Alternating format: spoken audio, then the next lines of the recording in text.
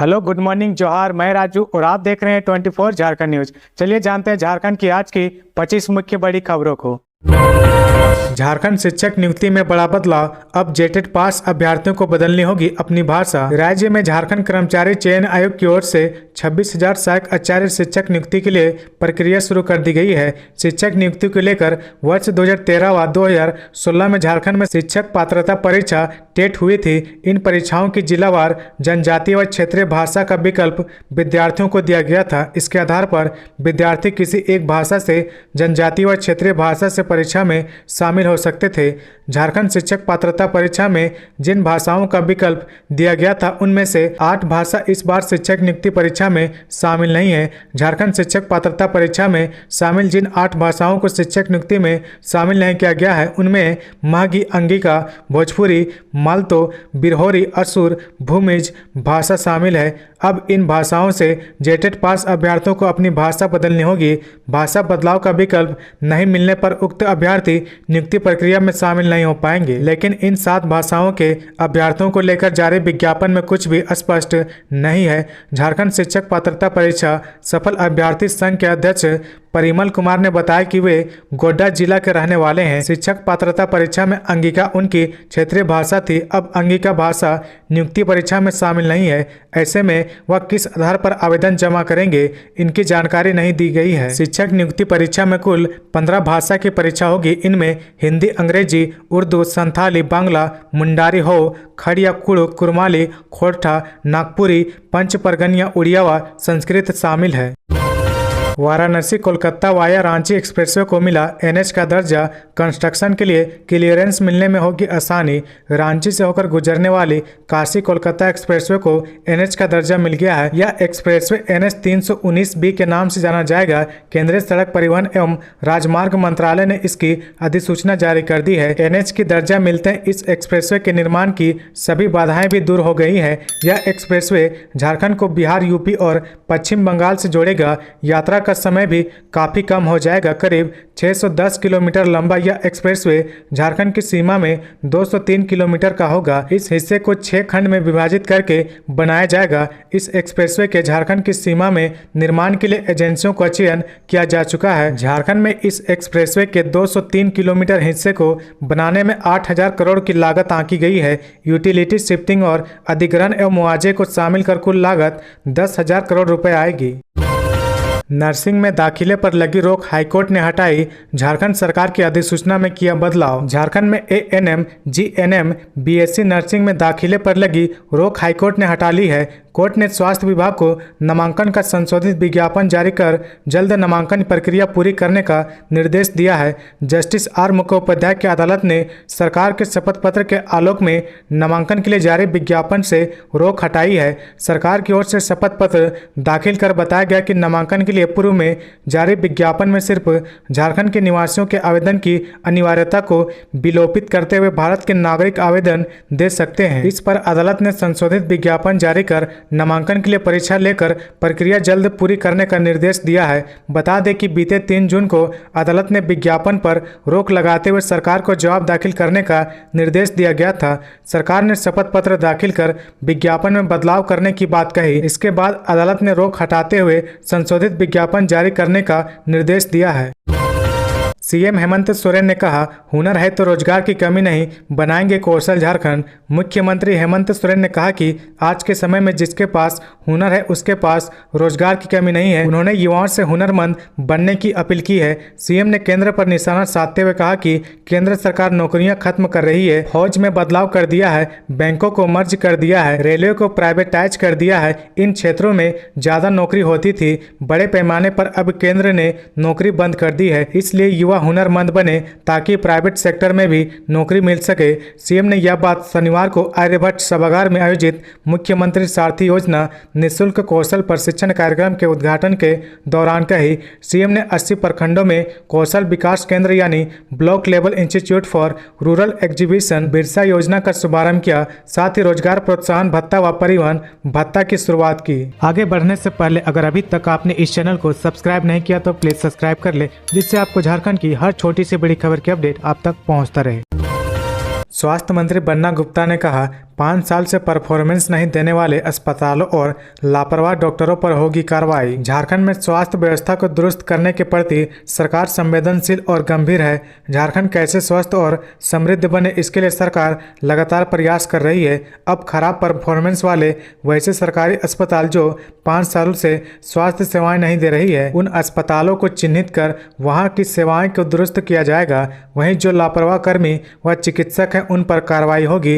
ये बातें झारखंड के स्वास्थ्य मंत्री बन्ना गुप्ता ने देवघर सर्किट हाउस में कही। बन्ना गुप्ता ने कहा कि गरीबों को उनके गांव पंचायत में ही सस्ती दवा उपलब्ध हो, इसके लिए सरकार हर पंचायत में दवा दुकान खोल रही है। सरकार की कोशिश होगी कि इन दवा दुकानों में जेनेरिक दवाएं उपलब्ध रहे। मंत्री बन्ना गुप्ता ने कहा कि स्वास्थ्य विभाग पायलट प्रोजेक्ट के तहत दुमका के अस्पताल में 24/7 स्वास्थ्य सेवाएं शुरू होंगी। इस अस्पताल में वरीय चिकित्सक भी मौजूद रहेंगे। 1 मिनट के लिए भी आम आदमी से चिकित्सक ओझल नहीं होंगे, ऐसी व्यवस्था की जा रही है। उन्होंने कहा कि संथाल परगना के सभी जिलों में स्वास्थ्य सुविधाएं बेहतर हो, सुदूर गाँव के लोगों तक चिकित्सक सेवा पहुँचे, इसके लिए सभी सिविल सर्जन को निर्देश दिया गया है। सरकार के वरीय अधिकारी इसकी प्रॉपर मॉनिटरिंग कर रहे हैं।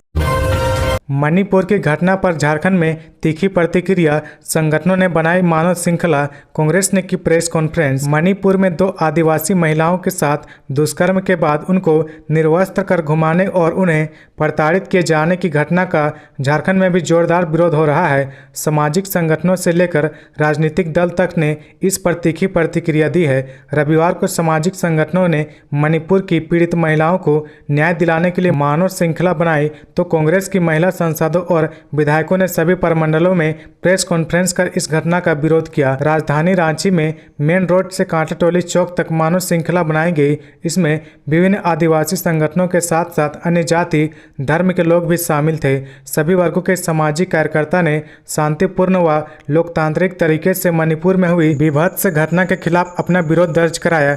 मानव श्रृंखला का संयोजन मौलाना आजाद ह्यूमन इनिशिएटिव एवं साझा मंच झारखंड के संयोजक इब्रार अहमद ने किया। बाबूलाल मरांडी ने बीजेपी अनुसूचित एसटी मोर्चा के कार्यकर्ताओं को दिया टास्क, बोले कमल खिलाने का ले संकल्प। झारखंड प्रदेश बीजेपी अनुसूचित जनजाति मोर्चा की विशेष बैठक मोर्चा प्रदेश अध्यक्ष शिव शंकर उरांव की अध्यक्षता में संपन्न हुई। इस बैठक में झारखंड बीजेपी प्रदेश अध्यक्ष बाबूलाल मरांडी ने शिरकत करते हुए मोर्चा कार्यकर्ताओं को टास्क देते हुए कहा कि मोर्चा अपने संगठन को मजबूत करे। साथ ही कहा कि झारखंड के सभी जनजातीय आरक्षित सीट पर कमल खिलाने का संकल्प ले। बीजेपी प्रदेश अध्यक्ष ने कहा कि झारखंड प्रदेश में जनजाति समाज 8 लोकसभा एवं 40 विधानसभा क्षेत्र में निवास करते हैं। मोर्चा कार्यकर्ता इन सभी क्षेत्रों में काम करे, देश एवं राज्य के बीजेपी सरकार बनाने का काम करे। कहा कि आज राज्य सरकार आदिवासियों पर हो रहे शोषण, अत्याचार, दुष्कर्म जैसे मुद्दों को दरकिनार कर रही है। वहीं मुद्दों को भटकाने के लिए बीजेपी शासित प्रदेशों को बदनाम करने का प्रयास कर रही है। इस बार आगामी चुनाव में हेमंत सरकार को उखाड़ फेंकना है। पेट्रोल सब्सिडी के तौर पर लाभुकों को मिलते हैं प्रति माह 250 रुपये। कई लोग इस योजना से हैं अनजान। रांची में पेट्रोल सब्सिडी योजना का लाभ लेने वाले लाभुकों की संख्या में कमी आई है। इसकी वजह लोगों में जागरूकता की कमी और प्रत्येक 3 माह पर डाटा का रिवैलिडेशन नहीं कराना, साथ ही जिला आपूर्ति कार्यालय द्वारा जागरूकता अभियान भी नहीं चलाया जा रहा है। इन सब कारणों की वजह से सिर्फ 1.5 साल में लाभुकों की संख्या में 10% की कमी हो गई। जनवरी 2022 में जहां 18,226 राशन कार्डधारियों को योजना का लाभ दिया गया था, वहीं जून 2023 में इनकी संख्या 1,640 पहुंच गई है। योजना के अंतर्गत राज्य के आर्थिक रूप से कमजोर लोगों को राष्ट्रीय खाद्य सुरक्षा अधिनियम 2023 एवं झारखंड राज्य खाद्य सुरक्षा योजना के तहत राशन कार्डधारी 2 पहिया वाहन परिवारों को प्रति माह 250 रुपये सब्सिडी दी जा रही है। यह अनुदान राशि उनके बैंक खाते में उपलब्ध कराई जाती है। गिरिडीह के गांव को तबाह कर रही हाथियों का झुंड, घर में सो रहे बच्चे को सूंड में लपेटकर फेंका बाहर। गिरिडीह के डुमरी प्रखंड की खुद्दीसार पंचायत के खुटुर गुरहो गांव में शनिवार देर रात 9 हाथियों का झुंड घुस गया। इन हाथियों के झुंड ने गांव के मोहन यादव के घर पर हमला कर दिया। घर तोड़कर एक हाथी ने अंदर सो रहे उनके 10 साल के बेटे सत्यम यादव को सूंड में लपेटकर फेंक दिया। किसी प्रकार आग जलाकर वह शोर मचाते हुए ग्रामीणों ने हाथियों को खदेड़ा। सत्यम का इलाज कराया जा रहा है। गनीमत रही कि हाथी ने सत्यम को उठाकर फेंक दिया, उसे कुचला नहीं, अन्यथा अनहोनी हो जाती।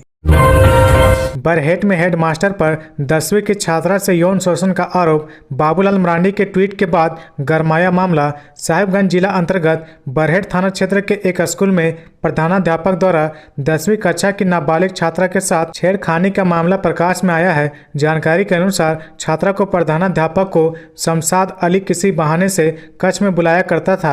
बीते 20 जुलाई को स्कूल परिसर में शिक्षक ने छेड़खानी की। वह पूर्व में भी कई छात्रों के साथ इस प्रकार की हरकत कर चुका है। पीड़िता छात्रा 2 दिनों से स्कूल नहीं जा रही थी। जब उसके परिजनों ने पूछा तो उसने प्रधानाध्यापक के गलत हरकत के बारे में बताई। तभी नाबालिग छात्रा के पिता ने कुछ ग्रामीणों को यह बात बताई और ग्रामीण एकजुट हो गए। झारखंड सरकार 18 माह बाद फिर लाएगी मॉब लिंचिंग विधेयक। दिसंबर 2021 में विधानसभा में हुआ था पास। राज्यपाल ने मार्च 2022 में लौटा दिया था। झारखंड सरकार 18 महीने बाद अब फिर मॉब लिंचिंग विधेयक लाएगी। इस बार इसे भीड़ द्वारा की जाने वाली हिंसा हत्या की रोकथाम विधेयक 2023 के नाम से विधानसभा के मानसून सत्र में लाने की तैयारी है। इससे पहले इसे कैबिनेट से पास कराया जाएगा। इससे पहले दिसंबर 2021 में विधानसभा के शीतकालीन सत्र में भीड़ हिंसा रोकथाम और मॉब लिंचिंग निवारण विधेयक 2021 पास कराकर इसे राज्यपाल को भेजा गया था, लेकिन तत्कालीन राज्यपाल रमेश बैस ने 18 मार्च 2022 को कुछ आपत्तियों के साथ इस विधेयक को सरकार को लौटा दिया था। राज्य सरकार ने महाधिवक्ता की राय के बाद राज्यपाल द्वारा उठाई गई आपत्तियों को दूर कर लिया गया है। सरकार का मानना है कि उन्मादी भीड़ द्वारा कानून को अपने हाथ में लेकर की जाने वाली हिंसा और हत्या गंभीर चिंता का विषय है। इस पर रोक जरूरी है, इसलिए यह विधेयक फिर से लाया जा रहा है ताकि मॉब लिंचिंग की घटनाओं पर रोक लग सके और दोषियों को दंडित किया जा सके।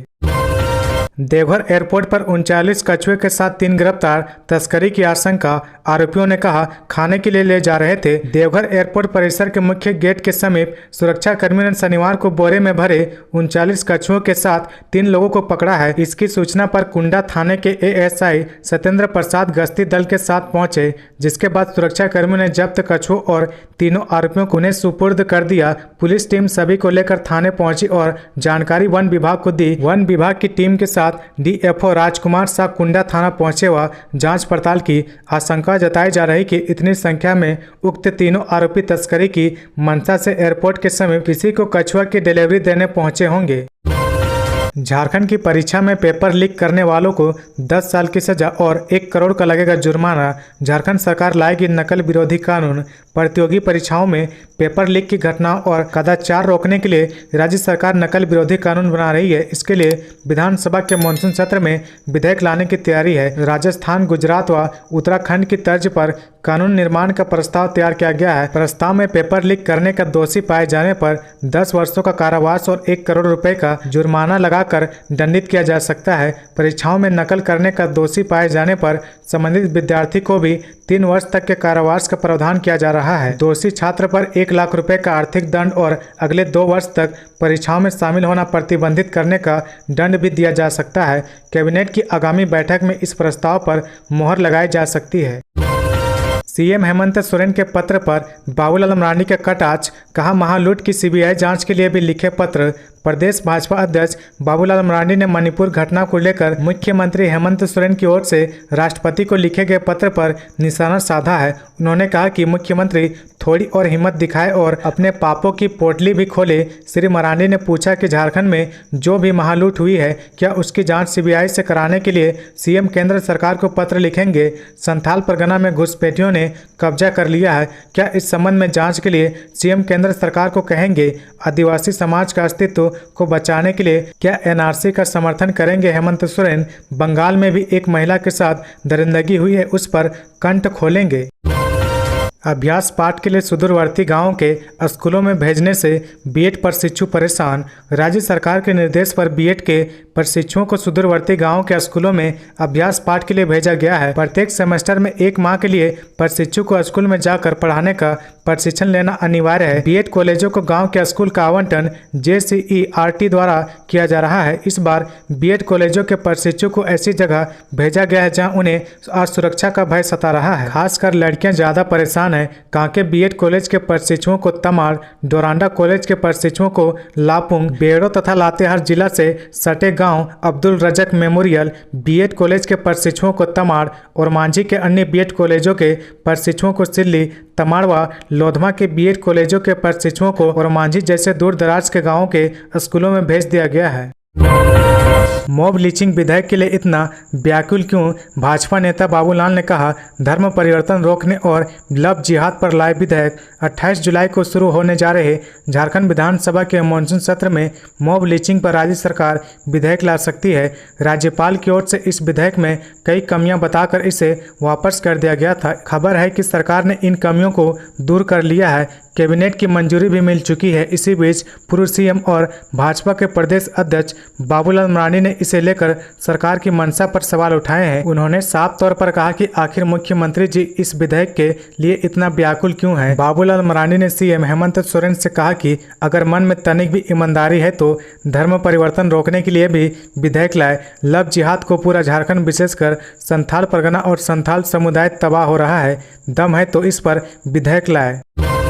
प्रधानमंत्री के लिए मणिपुर की घटनाएं महत्वपूर्ण नहीं, कांग्रेस विधायक दीपिका पांडे सिंह बोली। प्रधानमंत्री के पास विदेश दौरे के लिए समय है लेकिन मणिपुर के लिए नहीं। विधायक दीपिका पांडे सिंह ने कहा, जिसके मन में महिलाओं के लिए जरा भी सम्मान होगा उसे यह बात समझ में आ गई होगी कि जो कुछ मणिपुर में हुआ है उससे विभत्स कुछ नहीं हो सकता। लेकिन हमारे प्रधानमंत्री के पास विदेश दौरे का समय है पर मणिपुर के लिए समय नहीं निकाल पाए। उनको ऐसा लगता है कि मणिपुर में घट रही घटना इतनी महत्वपूर्ण नहीं है। तो ये थी आज की झारखंड की टॉप बड़ी खबरें। इसी तरह झारखंड की हर छोटी सी बड़ी खबर देखने के लिए आप हमारे चैनल 24 झारखंड न्यूज को सब्सक्राइब करके बेल आइकन प्रेस कर ले, जिससे आपको झारखंड की हर छोटी सी बड़ी खबर की अपडेट आप तक पहुंचता रहे। तो आज के लिए बस इतना ही। हमें दीजिए इजाजत, फिर मिलते हैं नेक्स्ट न्यूज में।